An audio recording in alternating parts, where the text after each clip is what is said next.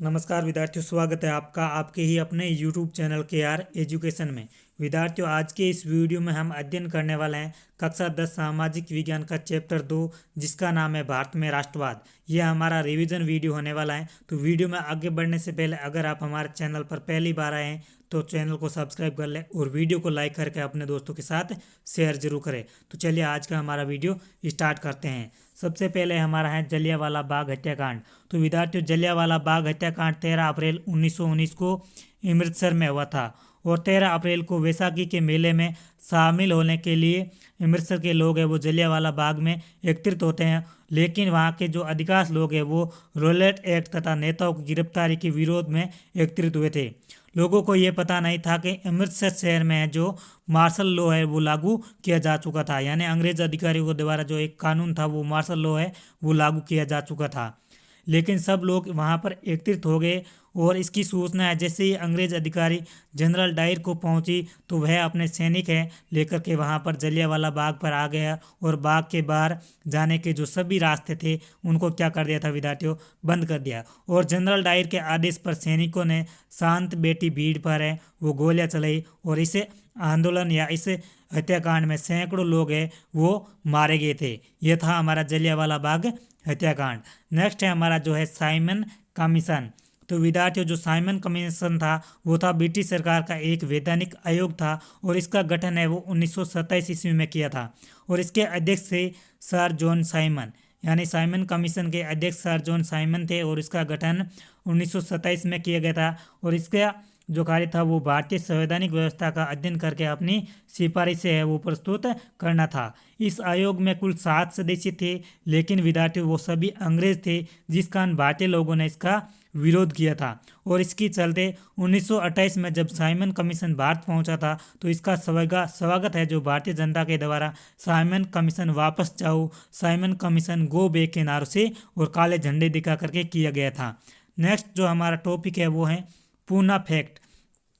तो विद्यार्थियों, पूना फैक्ट है वो सितंबर 1932 को महात्मा गांधी और डॉक्टर भीमराव अंबेडकर के मध्य एक समझौता होता है। उसी समझौते को है जो पूना फैक्ट के नाम से जाना जाता है। और इस समझौते के अनुसार दलित वर्गों को प्रांत एवं केंद्र विधान परिषदों में आरक्षण देना था और डॉक्टर अंबेडकर के द्वारा दलित वर्गों के लिए विधानसभा क्षेत्रों में पत्र अलग से निर्वाचन क्षेत्रों की मांग की और अंग्रेज सरकार द्वारा मांग को स्वीकार कर लिया गया। तो इसमें गांधी क्या हो गए थे, नाराज हो गए थे और गांधी ने यहाँ पर अनशन पर बैठ गए थे और इसी के चलते ये महात्मा गांधी और डॉक्टर भीमराव अंबेडकर के मध्य है जो पूना फैक्ट समझौता हुआ था। नेक्स्ट जो हमारा महत्वपूर्ण प्रश्न है वो 4 नंबर का प्रश्न है वो है सविनय अवज्ञा आंदोलन। इसकी शुरुआत है वो नमक कानून तोड़ करके गांधी जी द्वारा 6 अप्रैल 1930 को की गई थी और इसी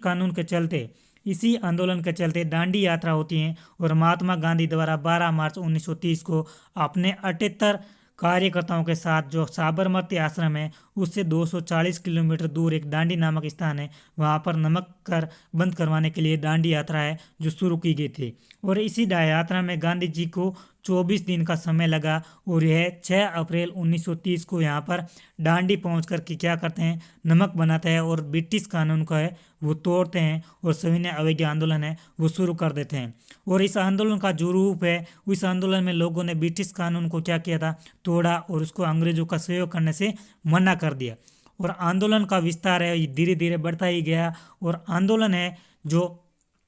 बहुत जल्द ही ये पूरे देश में फैल गया था। और दोस्तों, सविनय अवज्ञा आंदोलन में लोगों द्वारा नमक कानून का उल्लंघन किया गया था और विदेशी वस्तुओं को अपनाने से इनकार किया, उसका विदेशी वस्तुओं का बहिष्कार किया और किसानों ने लगान कर है वो देना बंद कर दिया। और उसी के चलते अंग्रेजों ने क्या किया था, सविनय अवज्ञा आंदोलन को कुचलने के लिए दमन की नीति अपनाते हैं विद्यार्थियों। और दमन की नीति से अंग्रेजों ने आंदोलन को दबाने के लिए अप्रैल 1930 में अब्दुल गफ्फार खान को गिरफ्तार कर लिया और इसी के साथ